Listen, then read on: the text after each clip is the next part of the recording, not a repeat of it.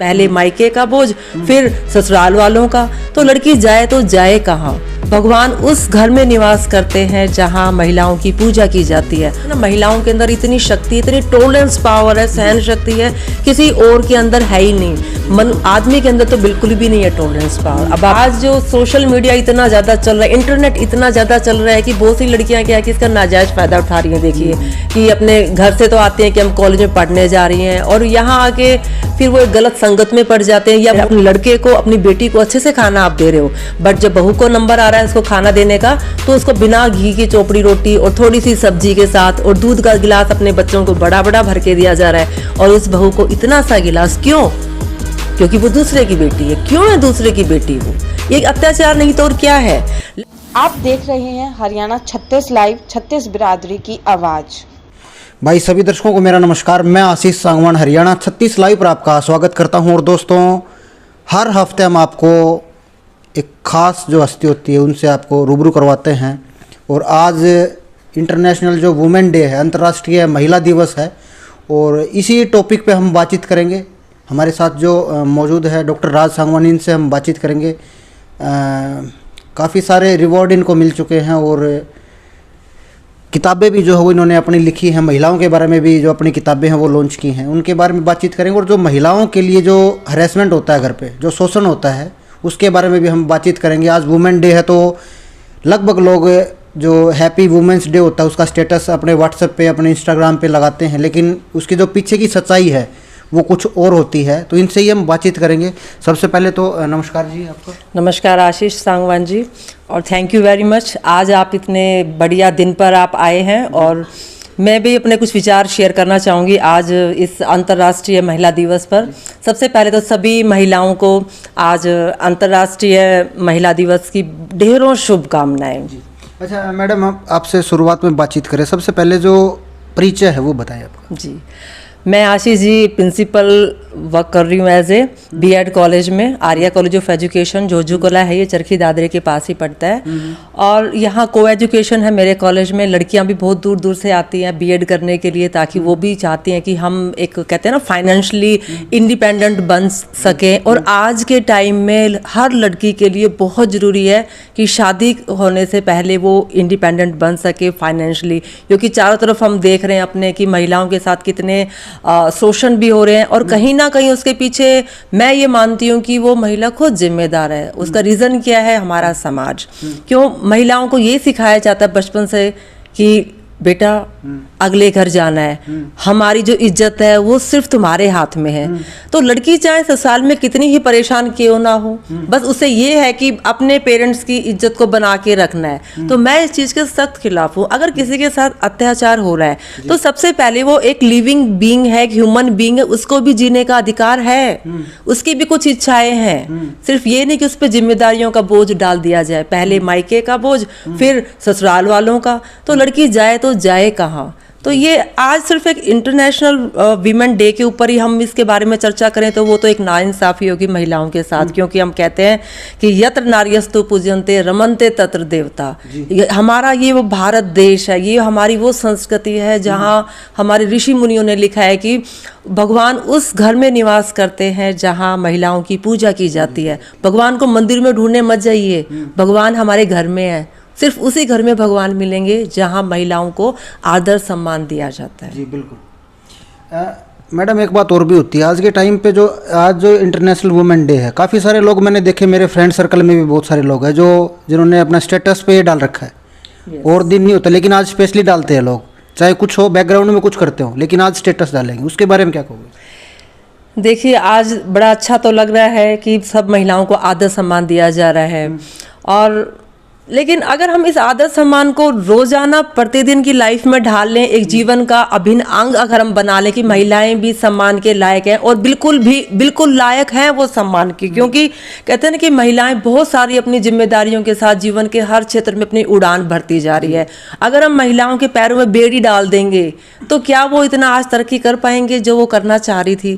क्योंकि हम कहते हैं ना कि महिला और पुरुष दोनों एक गाड़ी के दोनों पहिए हैं, और मैं इस चीज़ में अपने आप को बहुत भाग्यशाली मानती मानती हूँ कि जो मेरे हस्बैंड हैं मिस्टर रामबीर सिंह सांगवान, वो परियोजना अधिकारी है, प्रोजेक्ट ऑफिसर हैं भिवानी डीसी ऑफिस में, तो मुझे हर चीज़ में इतना सपोर्ट करते हैं। और इसी वजह से आज मैंने जो भी अचीवमेंट्स किए हैं वो सारी उनकी वजह से, मिस्टर सांगवान की वजह से ही। और मेरी अचीवमेंट्स अगर मैं आपके साथ शेयर करना चाहूँ तो लेटेस्ट जो मेरी अचीवमेंट है वो मुझे ये रिसर्चर अवार्ड मिला था, ये ठीक है, अवगत अवार्ड 2021 का मुझे मिला है बेस्ट रिसर्चर। मेरे more than 20 research paper publish हो चुके हैं और मैंने 3 बुक्स अपनी लिखी हैं। जैसे फर्स्ट बुक तो है स्ट्रेस मैनेजमेंट के ऊपर मैंने लिखी थी, सेकंड बुक है education for the 21st century. आज के जो बच्चे हैं 21st सेंचुरी के बच्चे, उनको किस टाइप की एजुकेशन हम प्रोवाइड करें ताकि वो एक अच्छे नागरिक बन सके और उनके अंदर वो स्किल डेवलप हो सके कि वो नौकरी के पीछे ना भागे, वो एक सेल्फ सस्टेनेबल डेवलपमेंट अपनी कर सके, अपना रोजगार खुद डेवलप कर सके। और ये सब करने के लिए साथ साथ मैं एक CBSE की रिसोर्स पर्सन भी हूँ, नेशनल मास्टर ट्रेनर हूँ, राजस्थान यूनिवर्सिटी में मैं रिसर्च गाइड हूँ और मैं अभी तक 11 PhD के वाइवाज कंडक्ट कर चुकी हूँ। और बहुत सी जो बुक्स हैं उनके ऊपर भी मैंने अपना काम किया है, जैसे रिसर्च पेपर है, बुक की एडिटिंग मैंने की है, प्रैक्टिकल्स भी मैंने लिखी हैं, फिजिक्स केमिस्ट्री बायो 6 से लेकर 12 तक की प्रूफ रीडिंग भी मैं कर रही हूँ। और न्यूज़पेपर में डिफरेंट आर्टिकल्स हैं, जैसे टाइम टू टाइम बच्चों को मोटिवेट करने के लिए कि एग्ज़ाम की तैयारी कैसे की जाए, पेरेंट्स के ऊपर भी मैं टिप्स देती हूँ, पेरेंटिंग कैसे की जाए, बच्चों की परवरिश कैसे की जाए। तो मैं ये सारी चीज़ें आज अपने घर को संभालते हुए कर पा रही हूँ सिर्फ इसी वजह से कि मुझे मेरे हस्बैंड का एक बहुत अच्छा सपोर्ट मिल रहा है। और मेरे पापा भी मुझे हर चीज़ के लिए मोटिवेट करते रहते हैं। मेरे पापा श्री राम भगत हैं, वो इरिगेशन डिपार्टमेंट में एक्सन अभी रिटायर हो चुके हैं, लेकिन हर बार वो मुझे मोटिवेट करते हैं। और मैं अपनी जो भी मेरी अचीवमेंट्स हैं मैं अपने पापा और अपने हस्बैंड इन दोनों को डेडिकेट करती हूँ। मैडम ये तो हो गया, चलो अच्छी बात है। और अगर हम आपकी बुक की बात करें, क्योंकि स्पेशली मुद्दा आज यही है, महिलाओं का मुद्दा है, तो उस बारे में हम आपसे बातचीत करेंगे। जो बुक है उसमें आपने क्या कुछ एडवांस में जो डाला है? सबसे पहले तो मैं आपको शेयर करना चाहूँगी अपनी बुक का कवर पेज, जो मैं अभी इसको लॉन्च कर चुकी हूँ। बस अभी यूँ लगा लीजिए 10-15 दिन में बुक भी मेरी पब्लिश होके आ जाएगी, अंडर प्रोसेस वो चल रही है। तो ये मैंने जो बुक अपनी लिखी है ये domestic violence against the women in the rural areas of Haryana है। और इस बुक में जो भी मैंने लिखा है वो उसमें 3 तो मैंने केस स्टडीज को कवर किया है जो मैंने खुद अपनी आंखों से देखा है। इवन अगर मैं कहूँ कि मैंने अपनी फैमिली में भी फेस किया है इसको, डोमेस्टिक वायलेंस को, शादी के 1-2 साल के बाद। और मुझे बिल्कुल भी हेजिटेशन नहीं होता अपनी बात को शेयर करते हुए। आज मैं अपने आप पे प्राउड फील करती हूँ। I am a strong women, I am independent. मैं अपने डिसीजन आज खुद ले सकती हूँ। लेकिन अगर मैं बात करती हूँ आज से 22 साल पहले की, तो उस समय मेरी वो कंडीशन नहीं थी, मैं फाइनेंशियली इंडिपेंडेंट नहीं थी, अपने डिसीजन लेने की मेरे अंदर इतनी उस समय लिबर्टी मुझे नहीं दी गई थी। तो उस टाइम पे मैंने डोमेस्टिक वायलेंस को बहुत टॉलरेट किया है। और उस एक मोमेंट ऐसा आया था कि एक्सट्रीम पे चला गया, मुझे कहीं से कोई सपोर्ट नहीं मिल पा रहा था, क्योंकि बचपन से यही सिखाया था कि बेटी के हाथ में ही होती है पेरेंट्स की जो इज्जत है, ससुराल में जैसा भी रखते हैं कोई बात नहीं, घर वही है, शादी के बाद पेरेंट के घर आप नहीं रह सकते हो। तो जब मैंने ये चीज़ें मेरे साथ ये हुई वहाँ मेरे ससुराल में, तो मैंने एक बार सुसाइड कमिट कर लिया था। और मैंने बस ये मेरी लाइफ थी कि मुझे भगवान ने शायद इसी दिन के लिए चुना था कि मैं सरवाइव करूं और जो महिलाएं हैं घरेलू हिंसा का शिकार हो रही हैं उनके लिए मैं कुछ काम कर सकूं सोसाइटी में। तो मुझे लगता है कि मेरा जीवन भगवान ने इसीलिए बचाया है उस दिन से कि आज मैं अपने आप को काफ़ी प्राउड फील करती हूं अपने ऊपर। और महिलाओं के साथ हम देखते हैं घर में भी कितना डोमेस्टिक वायलेंस होता है। और बाकी क्या है कि महिलाएं इस चीज़ को बहुत अवॉइड करते हैं, क्योंकि कहते हैं ना महिलाओं के अंदर इतनी शक्ति, इतनी टॉलरेंस पावर है, सहन शक्ति है, किसी और के अंदर है ही नहीं। आदमी के अंदर तो बिल्कुल भी नहीं है टॉलरेंस पावर। अब आप देखिए घर में आते ही बाहर कितनी भी टेंशन हो आदमी को, घर में आते ही सारा वाइफ पे झाड़ देते हैं। क्या वाइफ वर्किंग नहीं है? मानते ही नहीं है वर्किंग। अरे वाइफ की नौकरी है, जो महिला की नौकरी है वो तो 24/7 आवर्स चलती है। एक दिन भी उसकी लाइफ में संडे सैटरडे कुछ भी नहीं आता, उसकी इतनी ड्यूटी होती है। लेकिन हम कैसे भूल जाते हैं उसकी जिम्मेदारियों को, उसका योगदान क्या है। महिला क्या है, एक घर को घर महिला बनाती है। जब घर अगर हम कहीं महिला ना हो तो घर क्या है, ईंट पत्थर का घर, एक मकान होता है। मकान को घर बनाने के लिए एक महिला का होना बहुत ही आवश्यक है। और गांव में मैं देख रही हूँ कि बहुत गलत हो रहा है महिलाओं के साथ, कि कहीं उसको कोई अधिकार नहीं है। बस महिलाओं को अब भी वही ट्रेडिशन रखे जा रहे हैं, पर्दे के पीछे रखो, घूंघट इतना सा लंबा करके रखो। अगर आपका ट्रेडिशन, आप करिए फॉलो ट्रेडिशन, बट आप ये तो सोचिए हम 21st सेंचुरी में रह रहे हैं, दुनिया चांद पे चली गई और हम अभी पर्दा डाल के ही बैठे हैं, महिलाओं को पीछे रोक के बैठे हैं। अपनी लड़कियों को लिबर्टी दीजिए, उनको ये सिखाइए कि आत्मनिर्भर कैसे बनना है, अपनी जीवन की जो गाड़ी है उसको कैसे आगे लेके जाना है, अपने जीवन में कुछ टारगेट होनी चाहिए। ये नहीं कि शादी हो गई तो बस ठीक है, आप पति के घर में आप हो, जैसे खाना बनाया, बच्चों को संभालिया, एक वही जिम्मेदारी है। नहीं, उसे आगे बहुत बढ़ के जिम्मेदारी होती है एक महिला की। अच्छा, एक बात और भी है जी, इसी पे एक सवाल और भी करेंगे आपसे। कुछ दिन पहले जो है वो लड़कियों की जो शादी की उम्र है वो 21 कर दी गई। यस, मैं भी फील्ड में घूमता हूँ, लोगों को देखता हूँ, कुछ लोग इसको सही मानते हैं, कुछ लोग इसको गलत मानते हैं। आपकी क्या राय, क्या कहोगे? मेरी राय है कि महिलाओं की अगर शादी के लिए उम्र हम बढ़ा देते हैं तो 21 सही है, क्योंकि एक तो 21 की एज में उनमें थोड़ी सी मैच्योरिटी भी अच्छी आ जाती है। देखो, उम्र के साथ साथ एक मानसिक स्तर है वो भी हमारा इंक्रीज होता है। लेकिन हम क्या कर रहे हैं, उसको देहात में अधिकतर लोग क्या सोचते हैं कि नहीं, 18 साल की होगी लड़की तो उसकी शादी कर दी जाए जल्दी से, हम अपना बोझ उतारना चाहते हैं। और कहीं ना कहीं उनको डर ये लगता है कि आज जो सोशल मीडिया इतना ज़्यादा चल रहा है, इंटरनेट इतना ज़्यादा चल रहा है कि बहुत सी लड़कियां क्या है कि इसका नाजायज फायदा उठा रही हैं। देखिए कि अपने घर से तो आती हैं कि हम कॉलेज में पढ़ने जा रही हैं और यहाँ आके फिर वो एक गलत संगत में पड़ जाते हैं, या मॉडर्नाइजेशन के चक्कर में क्या है वो अपने संस्कार को भूल जाते हैं। देखिए, मॉडर्न होना एक अलग बात है, बट अपने संस्कारों को बनाए रखना वो बहुत जरूरी है। आप मॉडर्न होइए, अपने विचारों से मॉडर्न बनिए ना। आप क्या शॉर्ट्स कपड़े पहन लिए या पार्टीज में जा रहे हैं, पब में आप जा रहे हैं, क्या क्लब को ज्वाइन कर रखा है, वो मॉडर्नाइजेशन नहीं है। अपने विचार आप ऊपर लेके जाइए। तो सिर्फ ये वो हमारे कुछ लोगों को ये डर लग रहा है, बुजुर्गों को, कि लड़कियां हमारी बिगड़ जाएंगी, भाग जाएंगी, हमारी इज्जत का क्या होगा, उस वजह से वो चाह रहे हैं कि वो उम्र 18 साल ही रहे। लेकिन मैं सोचती हूँ कि 21 साल तक अगर उम्र करते हैं तो मैच्योरिटी आएगी, दिमाग में थोड़ा सा, देखो मानसिक लेवल है वो हमारी उम्र के साथ साथ हमारा मेंटल लेवल डेवलप होता है, तो लड़कियां आत्मनिर्भर बन सकती हैं। कुछ लाइफ में करना चाहती हैं तो वो बन सकती हैं, अपना करियर अच्छे से बना सकती हैं। अदरवाइज 18 साल की उम्र में शादी के बाद क्या है कि लड़कियां अपने घरेलू जीवन में व्यस्त हो जाती हैं और फिर पढ़ाई में आगे चल नहीं पाती, वो इतना अपना कैरियर भी चौपट कर लेती हैं कुछ लड़कियां, ये रीज़न भी है। अब लेकिन बहुत सी कम लड़कियां हैं जो इतनी भाग्यशाली होती हैं जिनको हस्बैंड का सपोर्ट मिलता है।